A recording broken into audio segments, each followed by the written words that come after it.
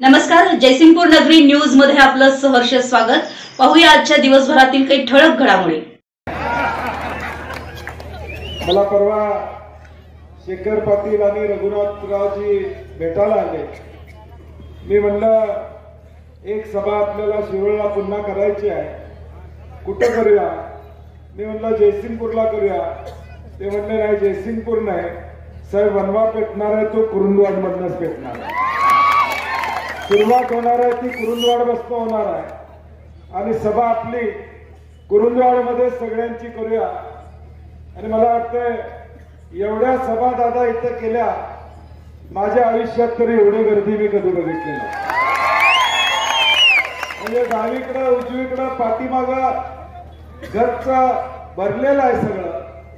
जनसमुदाय आणि जनमानसांचं प्रेम या काँग्रेस पक्षावरचं, महाविकास आघाडीवरचं, गणपतराव दादांच्यावरचं, स्वर्गीय सारे पाटील साहेबांच्यावरचं, स्वर्गीय दत्ताजीराव कदम साहेबांच्यावर, स्वर्गीय खंजीर यांच्यावर, या सगळ्या लोकांनी या तालुक्याला एक विकासात्मक दृष्टिकोन दिला आणि तोच विकासाचा नवा नारा घेऊन गणपतराव दादा आता तुमचं नेतृत्व या महाराष्ट्राच्या विधानसभेमध्ये करणार आहे। या कोल्हापूर जिल्ह्याच्या तिकीट वाटपामध्ये सर्वांचीच इच्छा होती, काँग्रेसलाही जागा पाहिजे होती, राष्ट्रवादीला पाहिजे होती, शिवसेनेला पाहिजे होती, परंतु शेवटी जागा वाटपामध्ये काँग्रेस पक्षालाही जागा मिळाली आणि मिळाल्यानंतर उमेदवार गणपतराव दादा होते। आपल्या सगळ्यांना माहित होतं। मला वाटतं दादा, या महाराष्ट्रामध्ये या तिकीट वाटपाच्या महाविकास आघाडीच्या बैठकीमध्ये मी होतो। या महाराष्ट्राच्या अनेक विधानसभेच्या चर्चा झाल्या, परंतु मला वाटतंय सगळ्यात जास्त फोन मला कुठले आले असते तर शिरोळ तालुक्यातले। तिकीट कधी देताय, तिकीट कधी जाहीर करताय? गणपतराव दादांसाठी आम्ही पायाला भिंगरी लावलेली आहे। पुढचे 20-25 दिवस तुम्ही जाहीर करा तिकीट, आम्ही घरदार सोडून या ठिकाणी या प्रचाराला वाहून देणार आहोत।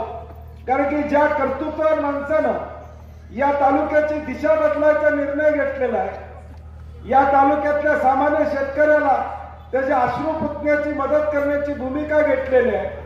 शारतडमध्ये जगाच्या पातळीवर एवढं चांगलं काम झालं नसेल तेवढं गणपतराव दादांनी या तालुक्यामध्ये केलं। मला वाटतं उद्याच्या भविष्यकाळात जगामध्ये एक पारदर्शी प्रकल्प म्हणून हा प्रकल्प उद्याच्या भविष्य काळात होण्याची शक्यता नाकारता येते। आणि म्हणून ज्या कर्तृत्ववान माणसाने कुठल्याही राजकारणाची अपेक्षा न ठेवता आम्हीच त्यांना सारखं म्हणायचो कधी उभारणार आहे, आम्हीच विचारायचो आणि दादा म्हणायचे थांबा थांबा। तुम्हाला सगळ्यांना दादांचा स्वभाव माहित आहे, संयमी स्वभाव, सुसंस्कृत स्वभाव, सारे साहेबांचा कर्तृत्वाचा वारसा त्यांनी त्या ठिकाणी घेतला, परंतु प्रत्येक पाऊल जपून टाकायचं। कारण की शाही एक पाऊल टाकतो त्यावेळी मागचा इतिहास आपल्याबरोबर असतो याची जाणीव गणपतराव दादांना होती। आणि म्हणून त्यांचं प्रत्येक पाऊल पडणार हे व्यवस्थित पाऊल पडत होतं। कुठेही आतायतपणा नाही, कुठेही बोलण्यात मगरुरी नाही, कुठेही बोलण्यात चुकीचा शब्द आपल्याला ऐकायला मिळणार नाही। आज समाजामध्ये काय पाहिजे असतं? तुम्ही आम्हाला मतं देता, ती मतं आम्हाला त्या ठिकाणी देत असतात, त्यावेळी आमदार म्हणून आमच्याकडून काय अपेक्षा असते? चांगलं बोलावं, कुणी शिव्या देऊ नयेत एवढी अपेक्षा प्रामाणिकपणे या ठिकाणी असते। गणपतराव दादा नशीबवान आहेत की या ठिकाणी सुसंस्कृत ते त्या ठिकाणी निश्चितपणे लहान भाऊ वगैरे नाही भानगडी करायला।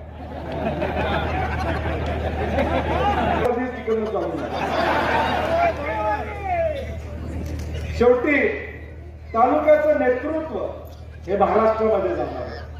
महाराष्ट्रातल्या गडचिरोली बसून ते सिंधुदुर्ग मध्ये चर्चा होणार आहे की ऐतिहासिक अशा शिरोळ तालुक्यातल्या लोकांनी काय निर्णय घेतला, कशा पद्धतीने निर्णय घेतला, कुठल्या विचाराने या ठिकाणी निर्णय घेतला।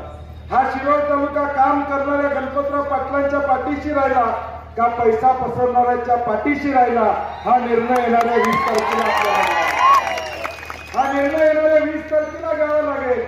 या कोल्हापुरातली जनता तर शिरोळकर बघतेच आहे तुम्ही काय करताय, परंतु त्याचबरोबर स्वर्गातून सारे पाटील साहेब पण आपल्याकडे लक्ष ठेवत आहेत. स्वर्गातून सारे पाटील साहेब पण बघतायत की मी जे काही 25 वर्ष 40 वर्ष या तालुक्यासाठी जगलो, या तालुक्याच्या हिताचं काम त्या ठिकाणी केलं, आज माझ्या माघारी माझ्या गणपतराव दादांची जबाबदारी हा शिरोळ तालुका कसा घेतोय हे येणाऱ्या 20 तारखेला आपल्याला दाखवून द्यावं, हे आपल्याला दाखवून द्यावं लागणार आहे.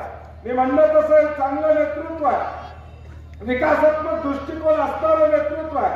आज देखील त्यांचं भाषण बघितलं असेल, कुठेही 6-4 ते मारत नाहीत आमच्यासारखं, ते मॅच जिंकतात 1-2 रना काढून. म्हणजे एखाद्या क्रिकेटरमध्ये क्रिकेटर असतो तो शेवटपर्यंत 100 करतो कळत नाही, 100 कधी करतो, तसं गणपतराव दादांचं काम त्या ठिकाणी.